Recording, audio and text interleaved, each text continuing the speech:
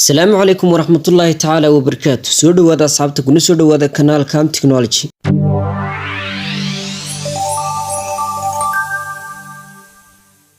ومركلي مقال عصب مقال كنا ماتو وحن ديرات صاري دونا أما أن كجهد لدونا سيدي التلفون كاجو استعمال كرتا هالقعن وحشرة مرر بدن والتلفون كنا أباهنو إن قعن كلي كوي استعمالنا بلسا إنه صورة جلويدو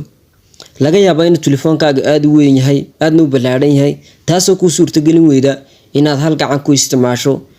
laba gacmood mooyaane haddaba maanta waxaad ka maarmi doontaa inaad isticmaasho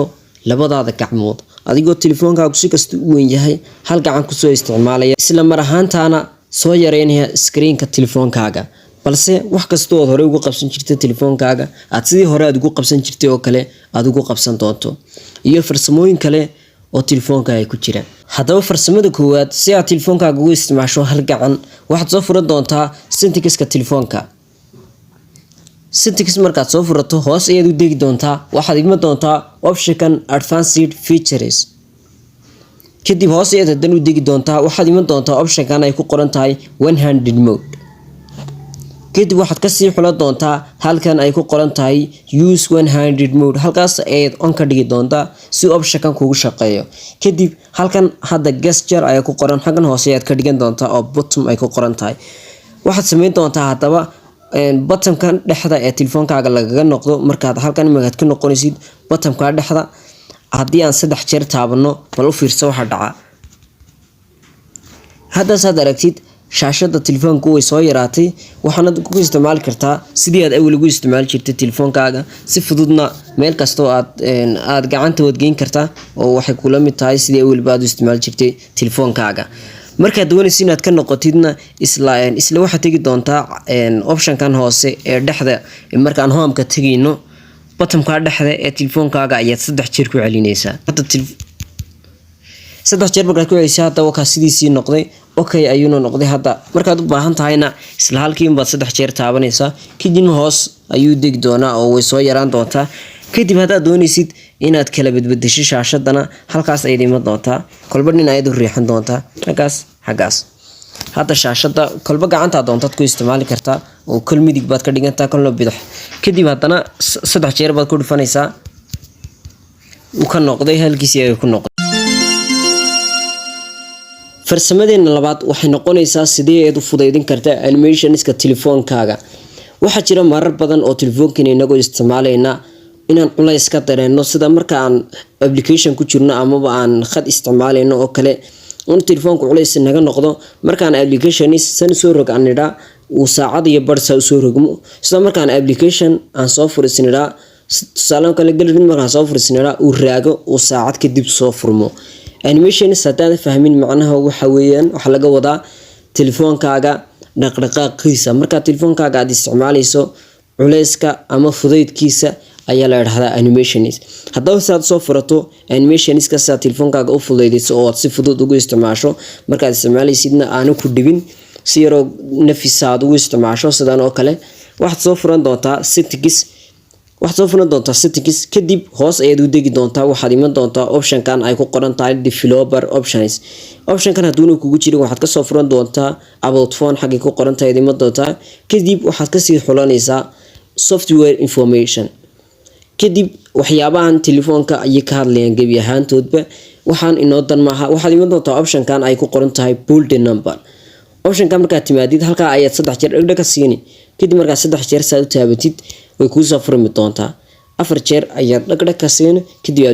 option-ku halkan hoosta ay ku iman doonaa kadib waad soo fureen option-ka markaad soo furatid waxaad iman doontaa xagan hoose ee u degi waad soconi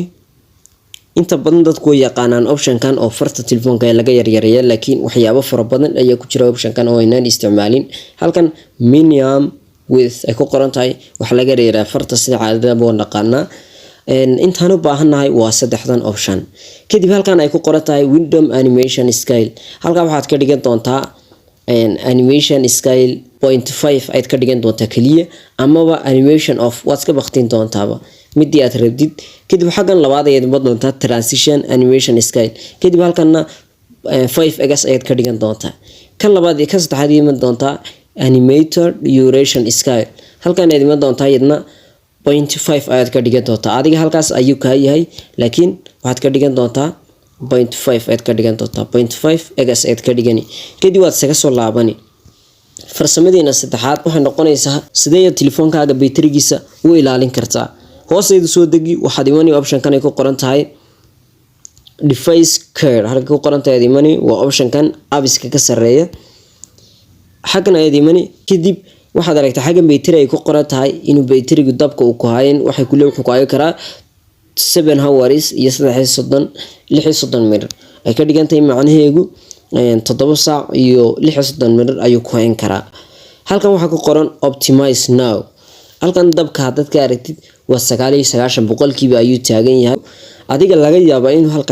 halkaasi ahaado ama 50 ama 20 ama 10 ama 80 ama 70 ama 60 in wax una ahaado ayaa laga yaabaa anigu meel dhaweed ayaan optimize gareeyay laakiin adiga si kale uu ka ahaanaya waana run midaas waxa halka ku qoran dad akhriidi close background apps and run checks wada xid dhamaanba applicationada background-ka ka isticmaalaya xagga dambe ka isticmaalaya baytariga telefoonkaaga waxaan iman doontaa optimize now ayaad iman doontaa si aad u clear garayso waxyaabaha background ahaan u isticmaalaya aad ka xidhid harban sugeynaa inta optimizing-ka wado maalin dhaweyd shalay maaha maalinkii horeysay ayaan optimize gareeyay hadda optimize ayuu kusoo dhigay xaggan kadib dhan ayaad odhan doontaa dan markaa timaadid check baa hadda wadaa all good baaran ku leeyahay dhamaan wax hadda background uu isticmaalaya ma jiro halkanna wax ku soo dhigay ma jiro adiga optimize uu ku soo dhigay waliba mid casaan ayuu ku soo dhigi doonaa sababta aniga blue ay ku soo dhigay waxa tahay maalin dhaweyd oo dabaysay ayaan sameeyay sidaan kadib telefoonkaagu dabkiisu laga yaabo markaa inuu in badan ku hayo haddaba waxaan filayaa inaad muuqaalkan wax badan ka faa'iiday muuqaalkeena maantuna intaas ku ekaa intaan muuqaalkan iyo muuqaalka ku xiga ku kulmayno waxaan idinkaga tegayaa salaamu calaykum waraxmatullaahi wabarakaatu hana ilaawo fiidiyogan haddaad ka heshay inaad like saartid soo kale haddaad nagu cusubtahayna hadda nagu soo bir adigoo kanaalka subscribe dhahaya siina share gare oo la wadaag saaxiibada aad iyo aad baad mahadsantahay